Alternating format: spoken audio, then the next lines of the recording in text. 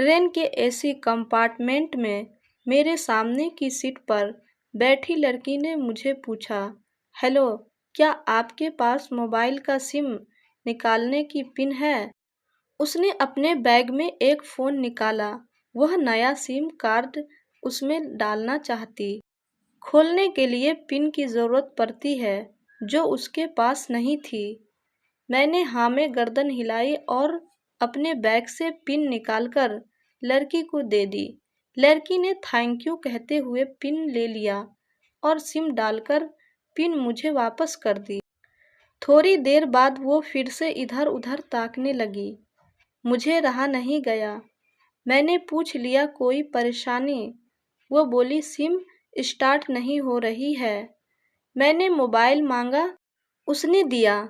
मैंने उससे कहा कि सिम अभी एक्टिव नहीं हुई है, थोड़ी देर में हो जाएगी। एक्टिव होने के बाद आईडी वेरिफिकेशन होगा, उसके बाद आप इसे इस्तेमाल कर सकेंगे। लड़की ने पूछा, आईडी वेरिफिकेशन क्यों? मैंने कहा, आजकल फिल्म वेरिफिकेशन के बाद एक्टिव होती है। जिसके नाम से ये सिम उठाई गई है, उसका बायोडेटा पूछा जाएगा। मैंने दिलासा देते हुए कहा, इसमें कोई परेशानी की बात नहीं है।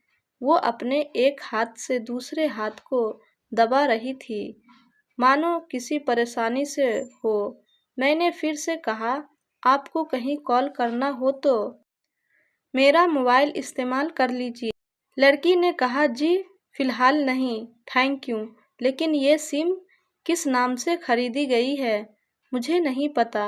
मैंने कहा, एक बार एक्टिव होने दीजिए इसे, जिसने आपको सिम दिए हैं उसी के नाम से होगी। उसने कहा, आप क्यों कोशिश करते हैं? मैंने पूछा, आपका स्टेशन कहाँ है? लड़की ने कहा, दिल्ली। और आप? लड़की ने मुझे पूछा।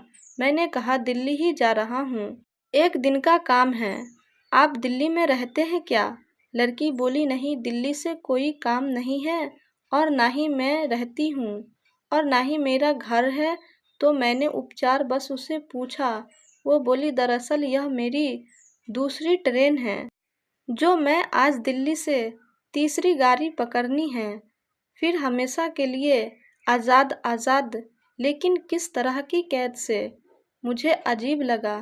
फिर लड़की बोली, उसी कैद में थी जिसमें हर लड़की होती है, जहाँ घरवाले ज़्यादती करते हैं, जहाँ जैसा कहे वैसा करो।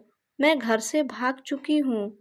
मैंने हंसते हुए पूछा, अकेले भाग रही हैं आप? आपके साथ कोई नज़र नहीं आ रहा। वो बोली, अकेले नहीं, साथ में है कोई। कौन? मेरी पसंद। ख़त्म होने को ही नहीं थे। दिल्ली के एक और ट्रेन पकड़ूंगी, फिर अगले स्टेशन पर वो जनाब मिलेंगे और उसके बाद हम किसी को नहीं मिलेंगे। अच्छा, तो ये प्यार का मामला है? उसने कहा, जी हाँ। मैंने उसे बताया कि मैंने भी लव मैरिज किया है। यह बात सुनकर वह खुश हो गई और बोली, वाह, कैसे और कब? लड़की मेरी बात को सुनकर वह मुझसे बात करने में रुचि लेने लगी थी। मैंने कहा, कब और कैसे, कहाँ, वो मैं बाद में बताऊंगा। पहले आप बताओ, आपके घर में कौन कौन है?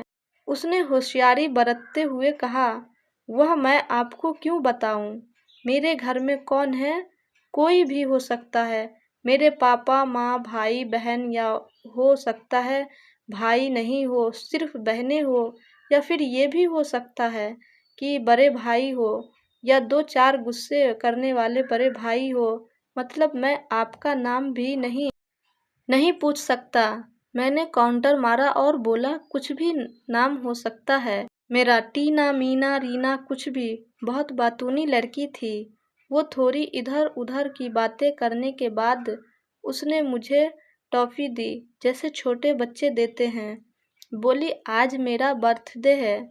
मैंने उसकी हथेली से टॉफ़ी उठाते हुए बधाई दी और पूछा, कितने साल की हुई हो? वो बोली कि मतलब भागकर शादी करने का कानूनी उम्र हो गया है। वो कुछ ही देर में काफ़ी ब्रेकर एंड ले चुके थे। हम दोनों जैसे बहुत पहले से जानते हो एक दूसरे को। मैंने उसे बताया कि उसकी उम्र 35 साल है, यानी कि 70 साल बड़ा। उन्हें चुटकी लेते हुए कहा, लगती तो नहीं हो। मुस्कुरा दिया। मैंने उससे पूछा, तुम घर से भागकर आई हो, तुम्हारे चेहरे पर चिंता की निशान जरा भी नहीं है। इतनी बेफिक्र मैंने पहली बार देखे हैं। खुद की तारीफ सुनकर वह खुश हुई और बोली, मुझे उन जनाब ने, मेरे लवर ने पहले ही समझा दिया था कि जब घर से निकलो तो बिंदास रहना, घर वालों के बारे में बिल्कुल मत सोचना, बिल्कुल अपना मूड खराब मत करना, सिर्फ मेरे और हम दोनों के बारे में सोचना। और मैं वही कर रही हूँ। मैंने फिर चुटकी ली और कहा, उसे मुझ जैसे अनजान मुसाफिर से दूर रहने की सलाह नहीं दी। उसने हंसकर जवाब दिया, नहीं, राय को भूल गया होगा। मैंने उस प्रेमी की तारीफ करते हुए कहा, वैसे तो बॉयफ्रेंड काफ़ी टैलेंटेड है। उसने किसी तरह से तुम्हें अकेले घर से रवाना किया और नया सिम और मोबाइल दिलाया, 3 ट्रेन बदलवाई ताकि कोई पता ना कर सके। लड़की ने हामी भरी, बोली, बहुत टैलेंट है वो, उस जैसा कोई नहीं। मैंने उसे अपनी बात बताया कि मेरी शादी को 10 साल हो चुके हैं, एक बेटी 8 साल की है और एक बेटा है 1 साल का। ये देखो तस्वीर मेरे फ़ोन में। बच्चों की तस्वीरें देखकर उसके मुंह से निकला, सो स्वीट। मैंने उसे बताया कि जब पैदा हुए थे तब मैं नहीं था। एक फैक्ट्री कंपनी में बहुत अच्छी जॉब था, बहुत अच्छी सैलरी थी। फिर कुछ महीनों बाद मैंने वो जॉब छोड़ दी और अपनी ही कस्बे में यह काम करने लगा। लड़की ने पूछा, क्यों छोड़ी? मैंने कहा, बच्ची को पहली बार गोद में उठाया तो ऐसा लगा जैसे मेरी दुनिया मेरे हाथ में है। 30 दिन की छुट्टी पर वापस जाना था, लेकिन जा नहीं सका। इधर बच्चे का बचपन खर्च होता रहा, उधर मुझे पूरी दुनिया काम, तब भी घाटे का सौदा ही है। मेरा 2 टके की नौकरी, बचपन उनके लाखों का। उसने पूछा, क्या बीवी बच्चों को साथ नहीं ले जा सकते थे वहाँ? मैंने कहा, काफ़ी टैलेंट मामलों से गुजरकर लंबे समय के बाद रख सकता है। कोई नहीं था, मुझे दोनों में से एक को चुनना था, आलीशान रहन सहन के साथ नौकरी या परिवार। मैंने परिवार चुना। अपनी बेटी को बड़ा होते देखा। मैं वेद वापस गया था, लेकिन अपना इस्तीफा देकर लौट आया। वेरी इम्प्रेसिव में मुस्कुराकर खिड़की की तरफ देखने लगा। लड़की ने पूछा, अच्छा, आपने तो लव मैरिज की थी ना? फिर आपने भागकर कहाँ गए?